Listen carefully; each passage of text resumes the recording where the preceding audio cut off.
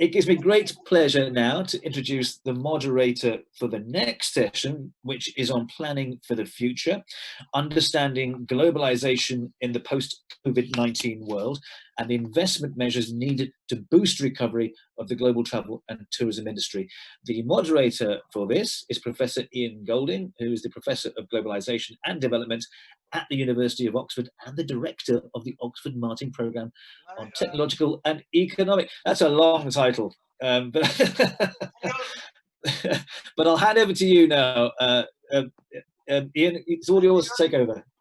Thank you very much, Rajan, and welcome to everyone that's participating in this. It's a huge pleasure to be associated with it and to have such a wonderful panel to discuss planning for the future, understanding globalization in the post-COVID-19 world and investment measures needed to boost recovery of the global travel and tourism industry.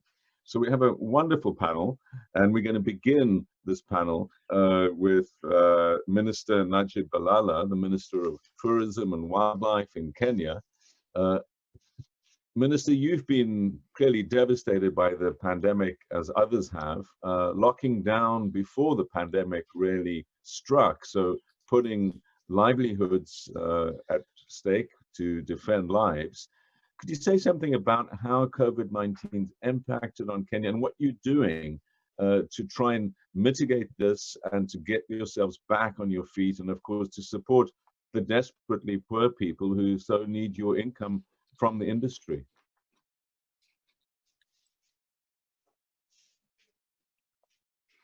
Thank you, Professor. Thank you very much. And thank you for inviting me, ITIC. So I'm here, proud that I'm participating with the good people around me, and I can see the people around us all over the screen. But yes, these unprecedented times of the pandemic has affected not only Kenya, but globally. And definitely, for us, we feel that probably this is the time we feel globalization is under threat, or there have been put some brakes on globalization. So yes, it has affected all of us, and Kenya in particular, because 10% of our GDP is tourism.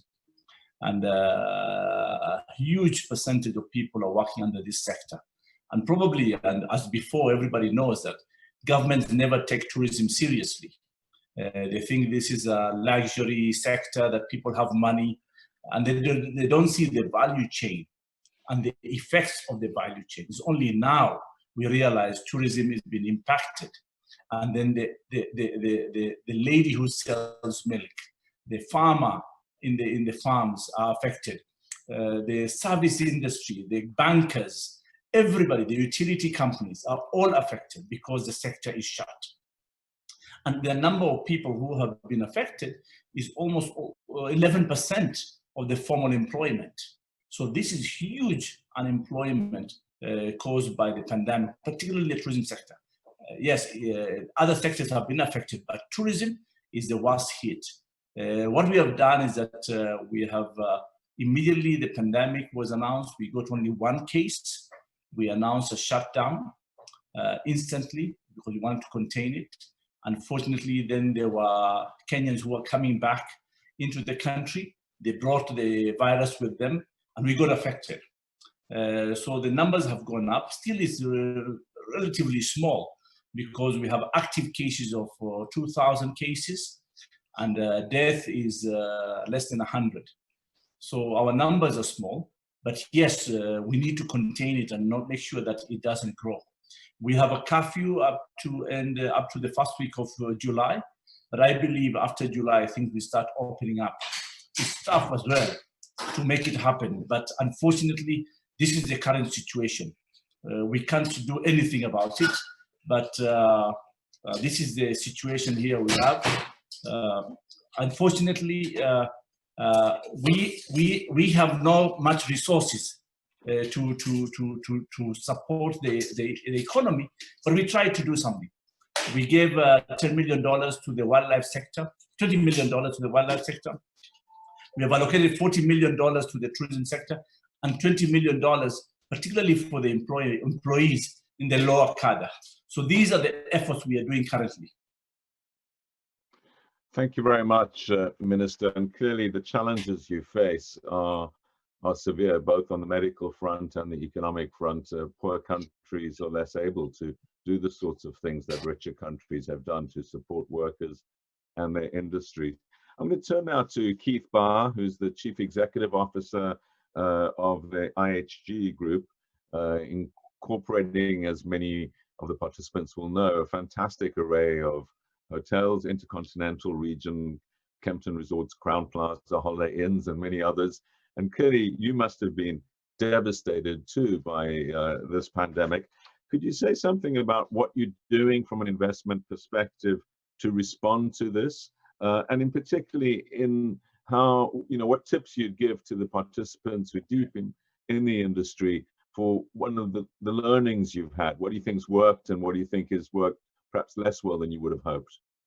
Well, thank you for having me here, Professor. And it's, I think we'd all admit it's been an extraordinary series of events over the recent months. And when this started, I remember having a daily conversation with my team in Greater China, where we have over 450 hotels. And when it was a China issue, and was working with them to understand how we were going to manage through the crisis, how we're going to manage through supporting our owners and our colleagues, and opening hotels in Wuhan to house frontline workers and medical professionals, and helping the hospitals be built there.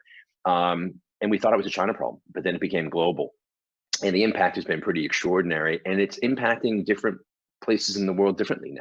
So China is fairly well contained. Talking with the team there last week, you kind of look at things are beginning to get back to normalcy, and you're seeing businesses begin to reopen, restaurants begin to reopen, and travel beginning to take place because there's a level of safety and security. The US, similarly, we're seeing activity beginning to tick up there, less so in Europe and Middle East and Asia.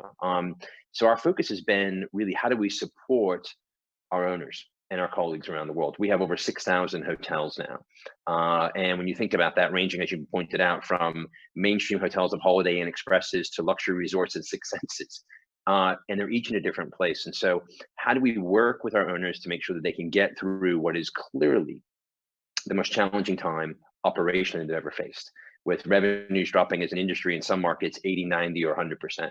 And so we've been very focused on cost to operate, brand standards, but also then leaning into governments around the world to get government support packages. But what we're focusing right now is on recovery. And as we're getting through this, how do we help our owners reopen hotels? And how do we drive demand into our hotels responsibly, and making sure that our hotels are being operated in a way that gives that high sense of health, hygiene, and cleanliness? Because as you probably all the guests have been talking about, all the data we're showing right now is people want to travel, but people are concerned to travel because they want to make sure it's healthy and safety. And so we have to give those visible cues in all of our hotels, whether that is personal protective equipment, increased cleaning in public spaces, associations with world-class institutions like the Cleveland Clinic, and leveraging all the resources we have to give guests a sense of it's safe to travel in the markets where it is safe to travel. Also helping our owners operate, financially stability.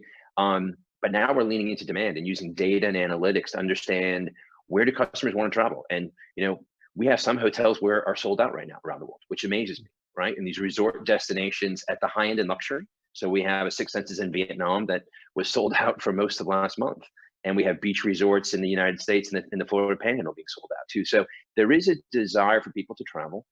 We have to make sure that we communicate to customers how we're making it safe, and work as an industry though, because this is not an IHG issue. This is not a Marriott issue or a country. It's a tourism issue, as your previous guest pointed out. It's impacting 1 in 10 jobs globally, and we have to help get those people back to work.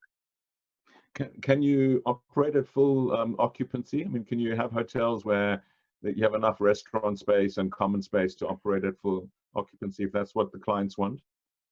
Right now, the real challenge is more in the full service hotels and luxury resorts. How do you operate restaurants, bars, spas, things like that, and have social distancing? And so you're having to do, again, you can't run at full occupancy in those properties because you don't have enough restaurants and bars, but and public space. But in the mainstream hotels where you have limited food and beverage services, you can run at much, much higher occupancies. And we're just trying to work as an industry to understand how do we adjust. And there's different requirements. You've got 2 meters in some markets, you've got 1 meters in other markets. We're trying to make sure we follow the CDC and the WHO guidelines. And again, I think what you're going to see is travel corridors begin to form between countries. I mean, the recovery we're seeing is principally domestic now. And then you're going to see different countries where the virus has been contained begin to let cross-border travel take place. We think you'll see that Australia, New Zealand. We think China will eventually open up to some other countries within Southern Asia as well too. There's a high demand for travel. Europe's beginning to look at that, but we have to be pretty measured to understand how do we make sure our colleagues are safe too, because again, if hotels are too busy, we do run the risk of our colleagues being exposed, so make sure they have the right equipment and they can socially distance. Thanks. We'll come back to many of these questions. Rocky, you are the CEO, Rocky Phillips, of the Ras Al Khaimah Tourism Development Authority. Wonderful part of the world, and you were just getting going with huge plans, including benefiting from Expo 2020. All that now, I guess, on ice. How are you responding, and how do you see yourself trying to bounce back in through the hub that I guess is very, very, there's no place in the world that's more open than the UAE, that seems to depend more on travel and tourism. So what are you making of this, and how are you responding? That's correct. Thanks, Ian, and thank you, gentlemen, for allowing me to be on this panel. I think you put it so perfectly. I mean, the UAE relies heavily on tourism. For an oil-rich country, the tourism makes up almost 12% of the country's GDP, and we employ close to 750,000 employees across the country. Ras Al Khaimah is the northernmost emirate. It's a little more open. It's a nature emirate, and to a lot of the points that Keith had mentioned about the resorts being busy, we're blessed to have two Ritz-Carlton villa products that, to be honest, have been pretty steadily busy since the pandemic hit. But it has had a huge negative impact on the industry. I think the biggest issue with business owners is cash flow. Their liquidity has been very tough. They've been strapped for money. And all we needed to do was really focus on the recovery process, on how we communicate the next steps. The pandemic hit us pretty badly in March. Leading up to March, the destination was, we're having record occupancies. The business was doing well. Our hotels were probably averaging in the mid 70 percentile, right? And we were looking forward to the Easter breaks and the Eid celebrations. Pandemic hit, our occupancies dropped to single digits. Some of our hotels got utilized as quarantine properties. And we went through that whole process of stopping, really trying to absorb what's happening, and then pivoting to focus on a recovery. What we felt as an emirate and as a destination to do is we had to work on creating a stimulus package that really focused on three main initiatives. One was protecting the employees that work in tourism in Ras Al Khaimah. Second was our partners and business owners and investors who've tirelessly worked to promote the destination. And the third part is make sure that the destination is ready for a recovery. And together we worked with the federal government, the Ministry of Economy, to really put some federal nationwide, emirate-wide initiatives and incentives. And we also worked on a local stimulus package that really helped move things in the right direction and to help the hotels survive during this difficult time and be ready for the recovery process. We were able to launch all of this in April, and even to some of the tour guides that their business had completely stopped, we were able to give them a cash incentive to help survive and get through the process. We do remain to be optimistic. These are definitely trying times. The good thing is, for all of us that work in the industry, we've been through many crises. We've been through, I was in Orlando, Florida, when 9/11 hit. And obviously for a town that relies heavily on tourism, the impact was huge. We've been through SARS, terrorist attacks in other parts of the world. But the message was clear to our stakeholder, is to focus on bouncing back. Don't knee-jerk and lower rates, because that's the worst thing you can do when you're a business owner and you've been waiting for the recovery. You're waiting for things to come up. To drop average rates just to get a little bit more occupancy was not the right strategy. And we've just kept that focus, communicated well. We recently launched a campaign called the Shortcation campaign, just a little play on word. And it was very much focused on the domestic travel, people coming to RAC, spending a few nights, a minimum of 3 nights there. And we've seen great recovery. I mean, just last week, I think we averaged almost 60% at our hotels. To the point that you had mentioned earlier, we're blessed in Ras Al Khaimah because we have sprawling spaces. So we're not confined. We're able to put a lot of the measures that require safety, from social distancing measures and many of the other things, to make sure that the new customers coming on board feel very safe and are happy to travel. Thanks very much, Rocky. Dinky, you are the founding partner of Eagle Wing Estates and Hotels operator, I think based in Dubai.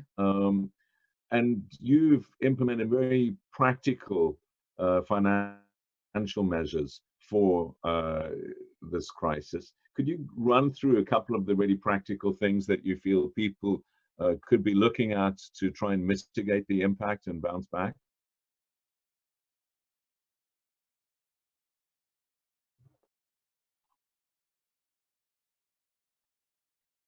Thank you for having me on board. Well, we're talking about an industry at large which employs 300 million people, out of which 100 million today have been laid off. We're talking about additional costs of $9 billion annually that are going to come up in cleanliness. What we really have looked at is bringing back expertise that will understand the domain perfectly, and getting on their knowledge to see how can we regain confidence and get people moving into the business. We've heard Raki recently talk about what he's done in Ras Al Khaimah to boost up domestic tourism. As asset managers cross-sectionally in the region, of every brand from luxury to select services, we've really having extensive dialogues with the operators to recalibrate, re-engineer the traditional cost centers that they've had and simplify them to make them fit for a reboot. I'm sure, as if Keith would allude to this, would admit and allude to the fact, like many other hotel brands, they themselves are shedding off traditional fats and working back on what they're compelled today to do is to make the business more meaningful. We are going deep into ensuring that when we relaunch, the owners have enough cash flow to inject, and knowing that the recovery of monies are going to take longer than ever to come through. So simplifying cash versus revenue, and working with the authorities to ensure that we don't become the policeman to start implementing what authorities need to be doing in terms of sensible social distancing or medical habits, because costs are going to become extremely important for the recovery. So we're trying to keep it simple, understand what needs to be done, ensuring that there is proper utilization of spaces within the hotels. We can't see occupancies in the Middle East coming back to where they were at least till mid-2021, if not 2022. So there'll be enough areas to ensure that demand balances out the supply. And focus is really on retaining and re-educating employees to do things in a simple manner, regain confidence, and it's going to be more than ever of personal relationships that'll matter in the reboot. We draw on strengths. I mean, I'll give you an example of Dubai. We are recalling and working with stalwarts in the industry. Look at Gerald, for example. If there's anybody who knows Dubai and who's built empire, it's flawless. His knowledge in how do you work with authorities, how do you partner with the airline to ensure that we start bringing international travelers back to Dubai. As far as I'm concerned, all the stuff about quarantine of 14 days and is going to be that's got to be reconsidered, because you want to make sure that the flights are in, the aircrafts are in the air, flying internationally, to start bringing the confidence levels back. So we're really working the numbers out with the operators to ensure that they partner truly as partners and readjust all their wish lists for the property to make it more business-like, to support the business to really get financially where there is, which is going to take much longer than expected. Thanks very much, Dinky. I'm the professor of globalization and development at Oxford University, and I've been observing these trends around the world as they impact on different countries. And I'm optimistic about the future, but particularly of travel and tourism, not so much business travel, which I think will be suffering in the long term. But I think travel and tourism will rebound, and I think what you said about 2022 is the right sort of horizon. Minister, is Kenya open at the moment? Can people still plan holidays and come there? And are you seeing international travelers, or are you worried that they're just going to bring and accelerate COVID, and so you have this terrible trade-off between lives and livelihoods? No, not yet. We have not opened our airspace. If we open our airspace, will be probably July, mid-July. But also, it's not only about Kenya's airspace, it's globally. Most of the airspaces are not yet open. There is fear globally as well. People do not want to travel long-haul destinations, so we will be affected in Africa and any long-haul destination. So there are two things, fear, and then there's finance. People will be broke. So we'll prefer to go local and domestic, as everybody said. The domestic market will be stronger. So if the spending power and the middle class is stronger in that area, then definitely will happen. So in Kenya, we have a very strong domestic market.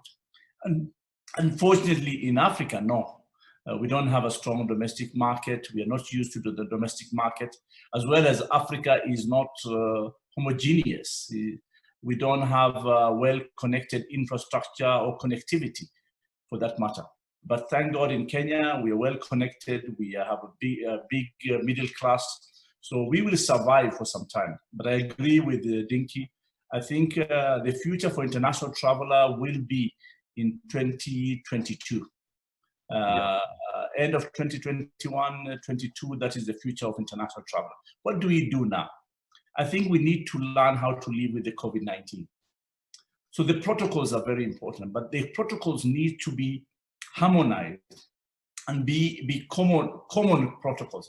We cannot have one protocol in the UK say quarantine 14 days, and then in Kenya is no quarantine for 14 days. I think the issue of quarantine of 14 days by the international traveler will kill tourism. So we need to find a solution together while making sure that the health measures are being taken care without killing the economy. You know, Professor, it's easy to say people are dying with or are suffering because of COVID-19. But if the economy is going to be shut totally, the government cannot sustain. How much data are you going to increase into your country? Yeah, we in Kenya, we already at 58% debt ratio. For us, it's too high. Other countries is, yes, is 200% debt ratio. But we in Kenya, 60% is too high. So we don't want to cross the 60% mark as debt ratio. But yes, we need to move the economy. What do we do? I don't think we can do much, but I think we need to be more innovative to making sure that there is other things in the tourism sector needs to be reconfigured. And yes, I think Dinky has mentioned here, yeah, the business models needs to be changing. We in Kenya, we are prepared. We are going to do a lot of intervention in terms of policies, reviews of policies. Definitely, we are going to bring innovation and technology. It has to be there. But also, sometimes we are not competitive. It has to be price and value.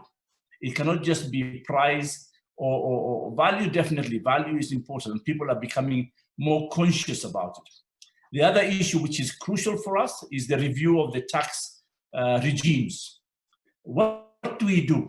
I mean, we are used that we just lump every tax on the tourism sector. There is no stoppage. I think we need to review it. We have inherited the colonial British tax regime and we haven't changed. I think we need to change it. So these are the things, but definitely I think the world has known we have to invest in health, safety, and security. Those are key issues. But also, I think the tourism industry has been accused of over-tourism, the issue of carbon emissions. So we need to reflect ourselves and say, yes, the time of rebooting, the time of rethinking, we need to take climate change and issue of sustainability, an issue of also appreciating the local communities in those areas. We can't build 5-star hotels in 2-star communities. Those communities might feel the benefit of it. And definitely, I think if we need to reinvest back to tourism, we need the physical financial support by government to be facilitated to the investments and the opportunities that will come after COVID-19. Thank you very much. Thank you very much, Minister. And I couldn't agree with you more on the breadth of what needs to be changed, but also the concerns around the impact on poverty and incomes. You know, I'm sure that more people will die in Africa of hunger than will die of COVID-19, and that is obviously a very, very serious question of how governments respond and manage that. You mentioned technology, and Keith, I know that you've been focusing as well on how technology might be used to help with the recovery and to manage this. Could you say something about that and how you're using technology? Yeah, there's a couple different areas. I think first, COVID's been an accelerator, right? We had many trends in our industries that were progressing, but COVID is just pushing us to move much faster in terms of innovation and trying to tackle issues. Our ability to leverage data in a targeted way now to understand where demand is has been transformed through this process. Because as an industry, we typically would do broad and reach marketing, right? We do, media above the line, broad reach. You can't do that right now. Because none of the companies have the significant financial resources. Plus, it's a bit tone deaf. If you're going out there doing to everyone say, please travel, when a lot of people are afraid to travel and some people can't afford to travel. But it's using the digital data that's out there now. So we're actually getting search data across so many different channels. Understand, is Rocky searching to go to this destination? And when is he looking at it? Who's out there wants to travel? And then making sure we're then marketing to those customers. And so the advantage you will see in marketing will be significant about this because we're going to be very targeted, very personalized. And so in the US, for example, we saw search demand going up for the Texas and Florida Panhandle significantly over the last few weeks. And so and their drive destinations. So in the surrounding states, we're marketing that. We're seeing things begin to take place in Australia and a bit in New Zealand too. So we're figuring out how do we use data to make sure that we let customers know that hotels are open, that they're safe, what we're doing, and then also I think how do we continue to take cost out of operations for our owners? I mean, we've got to think through as an industry, how do we reduce cost, enable our hotels to operate more efficiently going forward, and because we are going to be multiple years until we recover. And I was on a call the other day with all the global CEOs, and we've all been humbled by this. We've been humbled by our colleagues, how they have just stepped up and done amazing things. It's humbled the industry because we were having arguably one of the best decades in recent memory of growth, and now it's not there. And saying, how does this industry need to repivot? Use technology to lower costs to operate, help our customers engage with us more digitally. And so I think you will see a lot of innovation take place you'll see mobile check-in, mobile checkout. You'll see a lot of things being taken out of guest rooms and delivered digitally, where in the past, I often talk about why did we put all that stuff in the hotel rooms that's always been there for decades, and going, do we still need to do that today? And we can deliver that, whether it's through the television or through the app or through their phone. So I think you'll see the industry continue to just invest in technology because it will what customers want, and customers have become much more digitally savvy in these. We're now, I think, in week 14 of working from my home here outside of London, And we can do almost everything digitally now, and customers are going to do more and more of that too. And so COVID will be an accelerator in that space, and you'll see us continue to invest more and more in technology. Thank you. Dinky, I know you've been focusing on very specific actions to sort of try and boost revenues and cut costs, including combining functions and taking various full-time employees that were regarded as indispensable before as out of the value chain. Could you give us some examples of the sorts of actions you're undertaking to make sense of this for at least for the next couple of years? And do you think those will be permanent, or do you think this is a temporary shift in behavior? Yeah, and I applaud Keith's two major moves in the market. One was technology, and what he highlighted was the new way of working on cost from an operator's perspective. Operators today, more than ever before, are going to relook at the fat layers that sat traditionally in an organization. They are doing what we do, and that's where the collaboration alignment between the owner and the operator is required to ensure that whatever changes they make are clear, are focused, are tangible in terms of finally adding value to the experience. Hospitality is all about selling an appropriate experience. Now, they can't, or operators should not, whilst they do this, or delayer traditional costs with the sales, marketing, technology, operations, procurement, further loaded onto an investor. This is where we've come and said, simplify them, understand why that needs to be done. How does that add value in tomorrow's world rather than yesterday, where service delivery and that personal commitment between the guest and the provider is truly recognized. And what we've done is not only multi-layering or multi-skilling or retraining between employees, and it's an educational move that we've encouraged within the industry of really studying the competency, making them true colleagues and saying, listen, if you've been working in the kitchen, why not expand your horizon and step into the restaurant? Why not do a little bit more in cashiering? Would you enjoy that? Ask a front office colleague, listen, could you manage the lounge? Would you like to do things different? And we are surprised at the hunger and willingness of employees themselves to upgrade. Now, what we try to do is, whilst we've understood operators immediately pulling out costs by putting people in furloughs or laying them off, we've asked them to relook at empowering people. We've asked them to challenge themselves on the reboot cost or on remobilization costs versus the final laying off charges that an owner picks up in his P&L.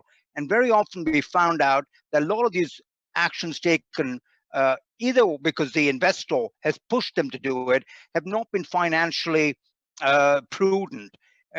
Because especially in countries like the Middle East, where you've got huge cost centers in terms of visas, accommodations, etc., you lay them off today and you're going to reboot those costs or pick them up again as the industry starts. So I think what we have done is clearly re-engineered what is required for the business. With the demand being lower, how can you convert fixed into variable and invariable costs? What are those that will matter for tomorrow's business? We all understand the first business to come back most probably is going to be business. It's going to be incentive and mice. It's going to be leisure is going to be the last. So our focus is to be, can you put your sales marketing dollars really to start getting the farmers in, getting the incentive travel going, talk to the operators, talk to the airlines. And this is where I think the operators, the airlines, the authorities have got to really recalibrate working together in terms of pulling together than they've never done before. And I think we're seeing some successes with the operators. They understand it. They are challenged to really shed a lot of the fat that traditionally sat into their superstructures. And this is the best time they're going to do it. My only thing to an operator is don't think about it. Don't take these steps just because there's a short-term impact on your P&L. Think of how you're going to build confidence, respect employees who really going to make the difference going forward, because it's going to be that personal contact through connectivity, which becomes even more important to really be the true trigger for a comeback. Thanks very much. I'm interested that you think that business will come back before tourism, because I've been arguing the opposite, that businesses learn to work remotely and convene remotely, and it's the tourist experience that is going to drive people back first. But let's come back to that. Raki, you not far from Dubai. I've had the pleasure to visit Ras Al Khaimah and see it. Is there going to be a new market for staycations within the UAE? Will people from Dubai come on a staycation to Ras Al Khaimah to see nature and to get out? And are you seeing that sort of pick up in the nature of your client base as a result of these travel restrictions? First of all, Ian, I hope you enjoyed your stay with us in Ras Al Khaimah. I very much so. So in Ras Al Khaimah, we are the #1 option for staycations. So even before the pandemic, 40% of our customers come from the domestic market and 60% fly in internationally. And we're very diversified from our international customer base. We are located 45 minutes outside of Dubai International Airport, so it is quite convenient. We do see that the recovery process will come in different phases, and as everyone's been talking, the initial phase definitely is the domestic market. And this is why we recently launched our shortcation campaign, and very much focused on getting people to come out, enjoy time in nature, reconnect with people, maybe stay in one of our villa properties or stay in one of our hotels. But for us as a destination, the domestic traveler has very different needs than the international traveler. I'll give you an example. One of our hotels was very much an all-inclusive destination, the Rixus, an ultra all-inclusive destination. Had the process down. You come, you get your wristband, and everything's included in there. So what we did is, based on the recommendations that came from the World Health Organization, we stopped serving buffets. And buffet is great when you're in an all-inclusive resort, but the domestic traveler doesn't look for a buffet experience. They look for a dine-in experience. So we have to work with the hotels in order to do that. And we put some guidelines together, but then we realized we created our Stay Safe Hotel certification, and we worked on a sterilization program. All of the employees had to get COVID tested before the hotel operates fully. We had dedicated entrances to mitigate the flow, and we put restrictions on capacity of how much. The service at the hotel, and Keith would know this, is still warm and friendly, but it's covered with a mask, and there's smiles behind those masks. But in order to take things to the next level and really build the confidence of the employees, we partnered up with Bureau Veritas, and we were the first tourism board to do that, to become a Bureau Veritas certified destination. So all of our hotels are going through that certification. It's a globally recognized certification, and it honestly came under the recommendation of WTTC, who we're very involved in, to look how we can take a global pandemic and really use the response locally. We are a developing destination, so it's easy for us to be able to move fast, to have an impact very quickly, and I'm happy to say that things have been looking positive. I am cautiously optimistic, but I still have that optimism that things will get better. Correct. Well, it's important to be optimistic. We have about 5 minutes. I don't know whether the organizers have any questions from other participants that would like to pose to the panel.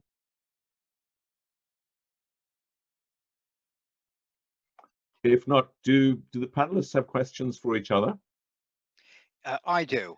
Yeah. And my question is to Keith.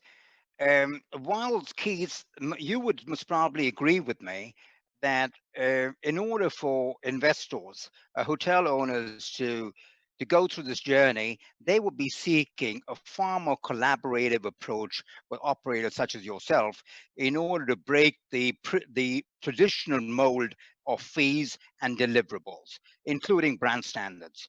Now, when we talk to owners and we see a diminishing return on the assets, and this is cross-sectionally from luxury to select services, one of the things that we are challenged by owners is that which is the normal, that what we pay in terms of fees to what we should be actually getting back from operator don't stack up. Now, we all realize that an operator is there because he provides an international deliverable, not only the name, and there's a cost attached to it, and there are fees which come for providing of the services. However, my question directly is, have you started engaging with owners of relooking at fees and pegging it to financial performance or returns? And is there any mitigation steps on inducements during this period where owners are struggling? Sure. Excuse me. Let me approach it in 3 different ways. Let me talk about how we've helped owners today, and then how we're thinking about working with owners going forward. So when this happened, we went out to our owners in the biggest markets and said, we recognize that liquidity is the biggest issue you're facing. And so how can we help you? And so we cut marketing assessments, we cut technology fees, we just rolled many of those things back. We also delayed payments back, of saying we recognize at the depth of this crisis, before government support came about, what can we do to help? And effectively is let us use our balance sheet effectively to carry, to cut the costs that are coming out of the hotels. And it was incredibly well received. And so we had a number of owners around the world basically said, yep, I appreciate you cutting marketing assessments. I appreciate you cutting technology. Then we have all the above property costs as well too, right? So things where they're paid for services, where that services are no longer needed. And we cut those back. But we've also said, is there a different way of pricing this going forward, a different level of service, different pricing model, and working with the owners on that. Additionally, brand standards. We basically pull back on brand standards across almost all of our brands, saying, recognize we have to lower the cost to operate. And now we have to have a conversation as what should come back in. So should some of these changes now be permanent, of saying we're rethinking about how we operate the hotel? Is that brand standard adding value? And so we've got a team going through right now for all of our brands going, we've added more and more for customers over the past decade across all the brands. We've taken those things back now. Do they really, what adds value, what doesn't? And so looking at that too. And so I think you'll continue to see us looking at how do we continue to drive owners' returns, because that's how, for all the big global hotel companies, we're asset light. We only grow through the billions of dollars of capital being deployed by owners around the world to build these great hotels and these great destinations. And coming into this, I told our team, we've got a number of stakeholders. We've got owners, colleagues, customers, shareholders, and governments, and they all have long memories. And so how we act throughout this crisis and how we treat them is going to be pivotal to how we come out of this. And so if we're not seen as doing the right thing, both today and for the future, by any of those constituents, we hurt our business. And so we have to be a better partner. We have to collaborate and make sure that we're setting this industry up for success. And the last thing I'll say, and then I'll turn it back to the professor, is we've got to work with governments around the world, and we have to work with destination management organizations and airlines and so forth. We have to come together as an industry to help governments understand the value we're adding, because there's been a real failure of leadership in government around the world. We have to be honest about it. And so business leaders now have an heightened responsibility in a world where globalization feels like it's pulling back a bit, to make sure that we are a globally connected industry, and how do we help push things forward. Thank you, Thanks Keith. very much. And I couldn't have put it more precisely as the professor of globalization than Keith has. That globalization needs to be sustained, and governments are not taking the lead that they should, not least internationally, in support of it. I want to thank the panelists. It's been a fabulous panel, learned a lot, and hand back to the organizers right on time. So thanks to all of you for participating in this. Thank you. Thank you very much.